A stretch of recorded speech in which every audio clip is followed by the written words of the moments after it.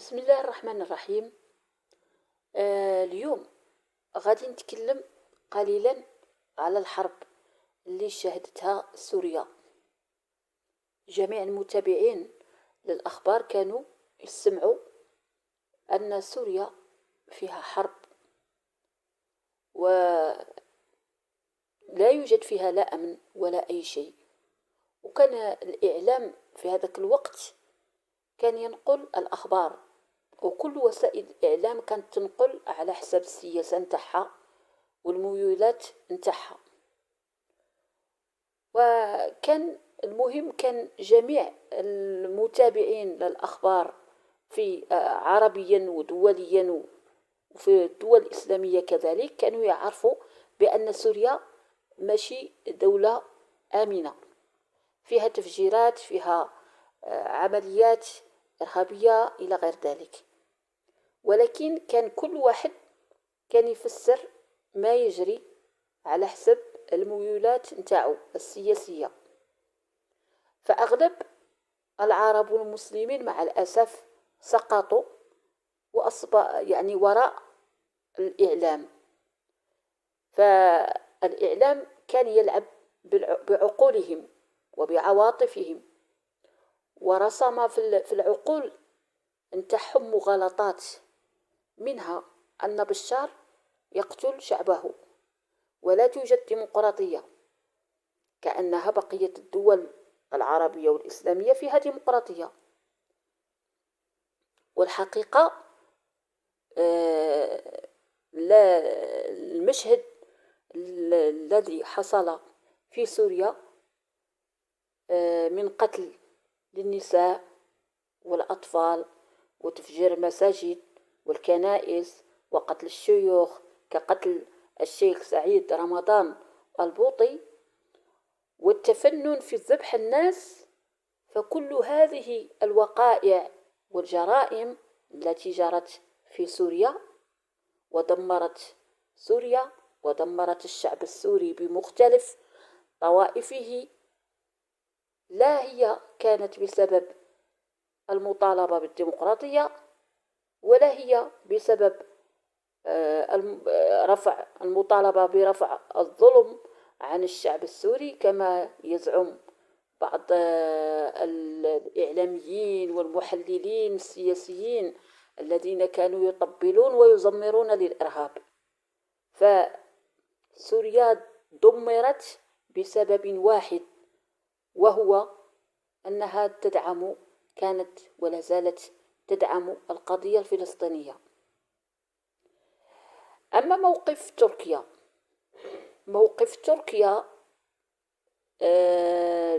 من الذي جرى في سوريا، فتركيا لعبت دورا سيئا للأسف في قلب الحقائق، جعلت من الحركات الإرهابية بأنها حركات وطنية سورية. الذي كان يدمر سوريا أكثرهم من دول مختلفة، من إفريقيا ومن دول آسيا وحتى من بعض الأوروبيين يعني، ومن أمريكا ومن إسرائيل. هؤلاء كلهم اجتمعوا من أجل تدمير سوريا، وأكثرهم ليسوا سوريون. نعم، يوجد بعض السوريين، ولكن الأكثرية يعني ماشي سوريين، هم من دول مختلفة. وأردوغان في ذلك الوقت عمل بكل طاقته وبكل جهوده من أجل تدمير سوريا، كان يعمل بالدعم المادي والمعنوي والأسلحة وكل ما يملك والخطط والإيواء وإلى غير ذلك. وكان يقول بأن نظام بشار نظام مستبد ولا يعطي لشعبه الحرية و و و و ولكن إذا كان كذلك، إذا كانت سوريا ليست فيها ديمقراطية وليست فيها حرية وبشار ظالم وإلى غير ذلك من هذه الأكاذيب التي خدعوا بها الناس البسطاء وجعلوا الناس تدعم الإرهاب وقتل البشر بدون أي سبب؟ فإذا كان كذلك فلماذا، علاش تركيا أعادت العلاقات نتاعها مع نظام بشار؟ فإذا كان بشار قاتل وظالم ومستبد ولا ليس عنده حرية وإلى غير ذلك، فلماذا أعادت تركيا علاقاتها وتطمح في تطويرها إلى أرقى المستويات، ووصلت درجة العلاقة وعمق العلاقة حتى أصبح أردوغان يطلب من بشار باش كيزور تركيا؟ لماذا تقولون يا من تزمرون لتركيا، لماذا تقولون بأنه بشار كان وكان وكان؟ ماذا تقولون الآن الذين كانوا مع تركيا وكانوا يقولون بأن تركيا هي البلد الوحيد التي تقف مع الشعب السوري لأنه شعب مظلوم من قبل نظامه؟ فإذا هؤلاء الفئة التي كانت تقول هكذا، فماذا تقول في علاقات تركيا وانفتاح تركيا على سوريا؟ يعني كل هذا الذي جرى، دمار لسوريا وقتل وخلق شلل اقتصادي وإلى غير ذلك من المصائب التي سلطوها هؤلاء على الشعب السوري، من أجل ماذا؟ أي نتيجة وصلوا إليها كانت إيجابية لهم؟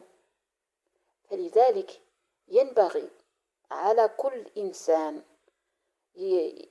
له ضمير وله دين أن لا يكون كالورقة التي تأخذ بها الرياح وتجرها يمينا وشمالا.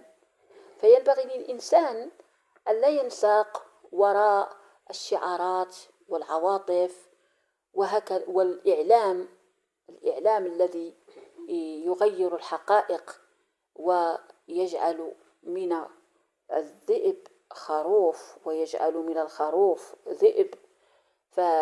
فالإنسان إذا اختار موقف وساند تيار معين، وذلك التيار يكون إرهابي يقتل الناس ويظلم الناس، فليعلم ذلك الإنسان الذي يميل إلى ذلك التيار أنه هو أيضا سيشاركه أمام الله في الجرائم، يعني سيحاسب على موقفه وعلى يعني تشجيعه للجرائم التي حدثت، ويكون هو أيضا شريك مع المجرمين.